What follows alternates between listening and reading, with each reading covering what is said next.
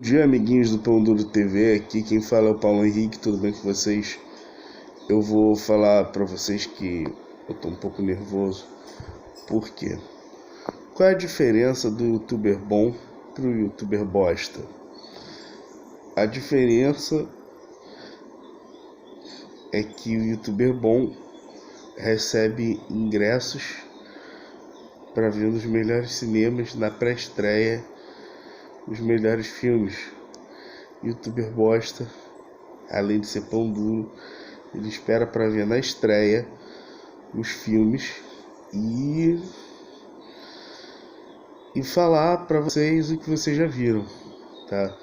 Eu tô empolgado, tô um pouco nervoso, assim, nervoso, não é bem a palavra, eu diria empolgado mesmo, com o filme que vai estrear hoje, Coringa. Eu acho que hoje é só do que o pessoal vai falar, a não ser que aconteça uma tragédia tipo 11 de setembro. E eu daqui a pouco irei assistir o filme, vou mostrar para vocês alguns takes de me preparando para ir assistir o filme e tudo mais, e vou depois dar a minha opinião acerca do filme para vocês. Esse vídeo vai ser lançado na sexta-feira pela manhã. Vou tentar não dar spoilers durante o filme, mas se eu for dar spoilers eu vou avisar com antecedência, tá? Eu vou assistir o filme e daqui a pouco a gente se fala. Então, eu tô aqui no shopping agora. Faltam só alguns minutos para o filme começar. E daqui a pouco a gente vai ver o que foi que fizeram com o grande vilão aí, inimigo do Batman. Aí vamos explicar também algumas coisas sobre os personagens, né? Vamos ver se tem uma história de origem boa, que até agora não fizeram uma história de origem boa do Coringa, mas vamos ver se é isso tudo mesmo que o pessoal diz. Disseram que na Europa aplaudiram o filme de pé por 8 minutos. Se fizeram mesmo isso é porque o filme não deve ser tão bom assim, mas tudo bem.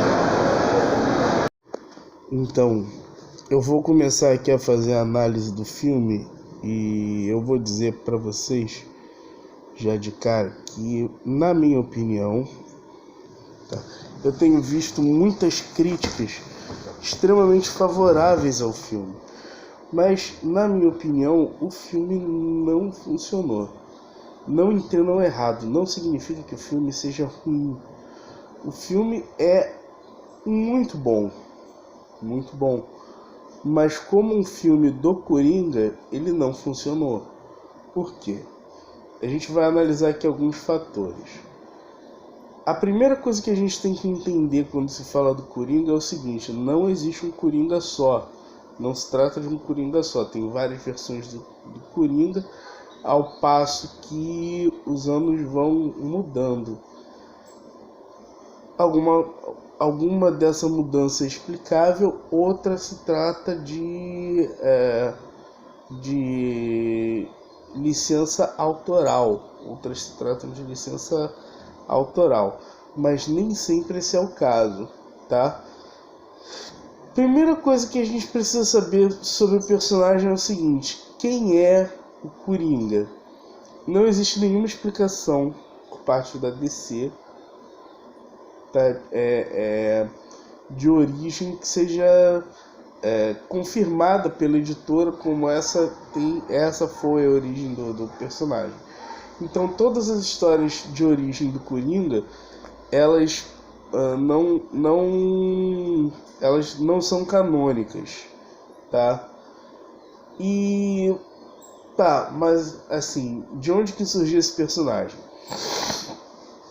A primeira vez que um personagem como o Coringa apareceu foi muito antes do Batman, foi em 1869, no romance do Victor Hugo, L'Homme qui rit, tá? Que em português seria O Homem que Ri.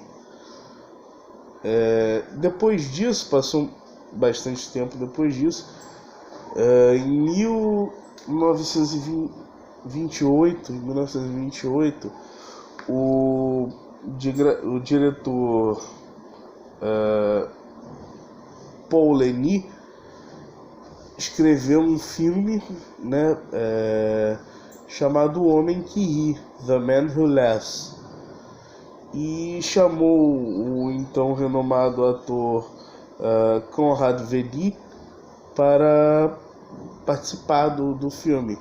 O filme, a intenção do filme, assim como a intenção do romance do Victor Hugo, era ser um drama, mas acabou se tornando uma obra icônica dos filmes de terror por causa das expressões do Conrad Veidt, tá?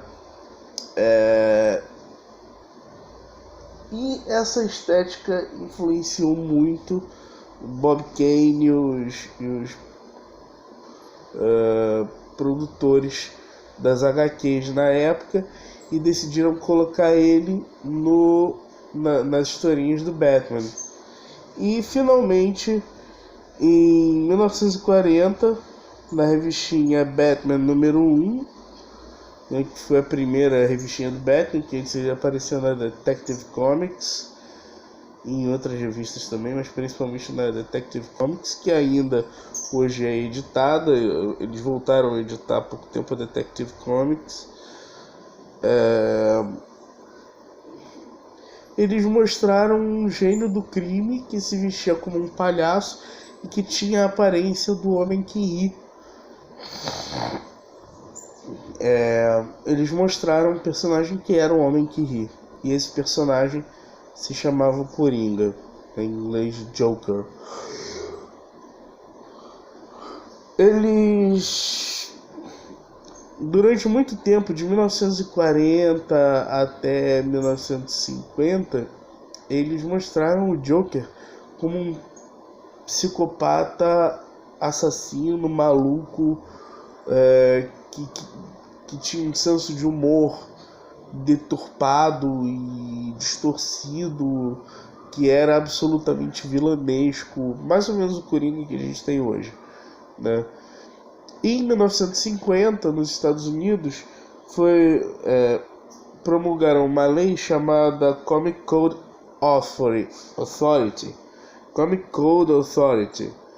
quando eles proibiram as revistinhas em quadrinhos de tratar desses temas pesados. E, quer dizer, não se tratava bem de uma proibição, mas era um consenso de que as crianças precisavam de bons exemplos. Então, nessa época, todas as revistinhas que tinham temas mais pesados passaram a tratar esses temas de uma forma mais leve. Dessa forma, o psicopata Coringa passou a ser um ladrão com um senso de humor e tudo mais. Já na década de 50, a fisionomia do Coringa era atribuída a ele ter caído em um tanque de químicos. Algumas vezes era ácido, outras vezes ele caía num tanque de tinta, numa loja, de uma fábrica de baralhos.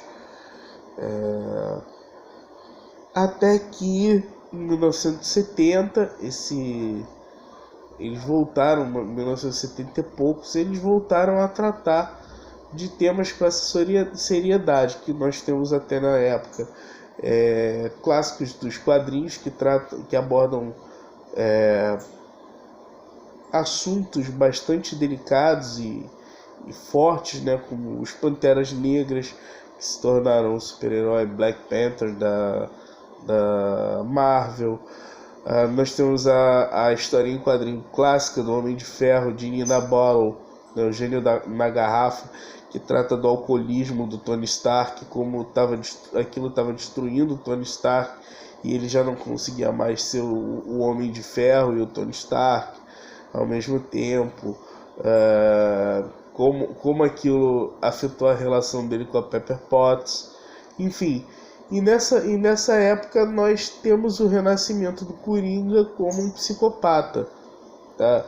Perigoso, frio, meticuloso, mais ou menos o Coringa que nós temos hoje. Até que o Alan Moore, em 1988, desenhou aquela explicação clássica, né, da piada mortal, de que ele era um comediante fracassado, que a família dele estava se despedaçando. Aí ele resolveu fazer um serviço com a máfia, se disfarçou de capuz vermelho, que seria uma identidade de ladrão para ele, né?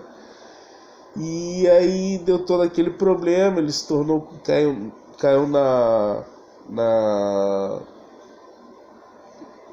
num balde num tonel com produtos químicos que alteraram a cor do cabelo dele, a cor da pele dele, e acabaram deformando ele, deixando ele com aquele sorriso perpétuo. E aí ele terminou de ficar maluco de vez e se tornou Coringa.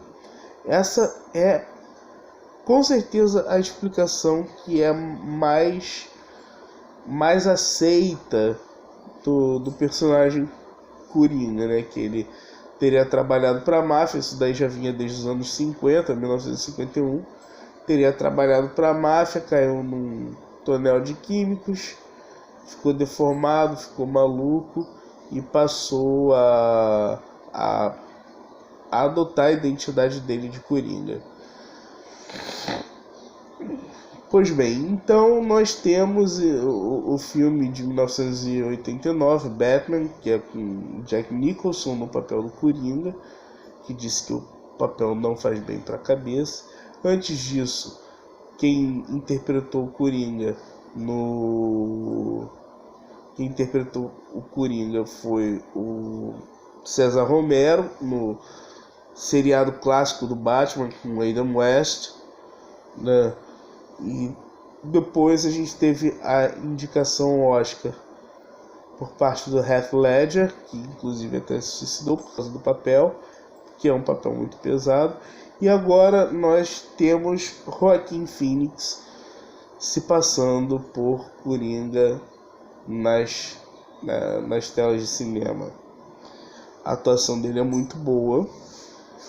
Pra mim é digna de um Oscar, tá? Mas é o que eu falei, não é o Coringa. Não é o Coringa. Por quê? Vamos continuar a nossa análise. Aqui a gente já viu uma breve história do Coringa. Agora a gente precisa também de um perfil psicológico de quem é o Coringa. Se vocês pararem para analisar psicologicamente, você vai ver que muitas obras têm essa temática de pulsão de vida contra pulsão de morte. Normalmente a pulsão de morte ela é tida como civilizadora, como algo até certo ponto positivo, porque ela cerceia os nossos impulsos, né? Você vai ver isso, por exemplo, no Alice do País das Maravilhas, onde a Rainha de Copas ela representa a pulsão da vida e ela é completamente louca, e a Rainha de Espadas representa a pulsão de morte e ela é toda metódica, calculista. E isso é uma coisa que foi recorrente em várias obras durante o final do século XIX e no começo do século XX. E a mesma coisa acontece com Batman e o Coringa. O Batman, ele representa a pulsão de morte. Ele é absolutamente metódico, ele é preto, ele é gótico, ele não ri, ele é sério, ele é controlado, ele é discreto. O Coringa, ao contrário, ele é a pulsão de vida, ele é espalhafatoso, caótico, imprevisível, ele ri, ele é todo colorido, diferente do Batman. O Batman só se veste preto, ele é todo colorido. Então você vê que muitos críticos consideram o Coringa, portanto, o nêmesis perfeito do Batman. Entendeu? Isso é muito importante para a gente entender quem é o personagem. O Coringa, ele não é um criminoso comum. Ele não é um criminoso comum. E é aí que o filme falha, na minha opinião, tá? Eu não vou dar spoilers, né? O filme Coringa, de 2019 agora, ele segue a vida de Arthur Fleck, que também é uma referência a um filme do Robert De Niro, que ah, meu Deus, esqueci o nome agora. Com o Jerry Lewis. Então também é uma referência. Tem várias referências nesse filme. Tem várias referências a filmes de comédia clássicos, não só de comédia, mas a filmes clássicos durante o filme, né? Mas o longa, ele segue Arthur Fleck e a sua vida miserável e todos os eventos que o fazem se tornar o Coringa. O objetivo do filme não é mostrar... O filme é muito realista, cru, violento, em muitas partes muito violento, e é um filme pesado, tá? Mas ele mostra uma pessoa presa dentro do sistema de uma tal forma que... E o sistema passando em cima dele igual um rolo compressor, uma vez após a outra, uma vez após a outra. E as escolhas que ele vai fazendo tornam ele o Coringa. O que é muito importante, que faz um pouco de sentido com o personagem, porque é uma frase clássica do Coringa: um mau dia pode transformar qualquer um em um louco. E o Coringa, o objetivo dele é espalhar a loucura, disseminar a loucura. E aí você tem esse filme. É um filme, na minha opinião, é exatamente o Psicopata Americano, se Psicopata Americano fosse pobre, tá?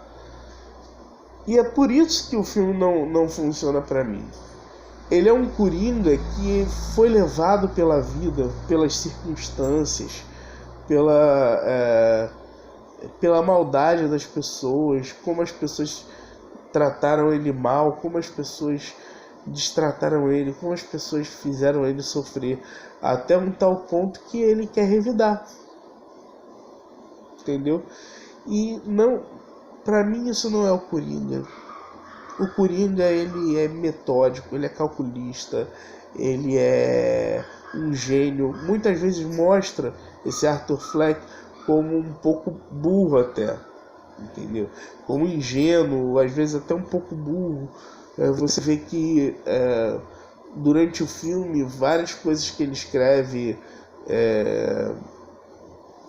aparecem escritas e algumas coisas estão escritas erradas. Quer dizer, isso não, na minha opinião, isso não representa o que seria o Coringa. O Coringa, ele é o nêmesis perfeito do Batman, porque ele é muitíssimo inteligente, ele é calculista, frio, metódico, ele elabora aqueles planos intrincados e ele é um personagem praticamente satânico.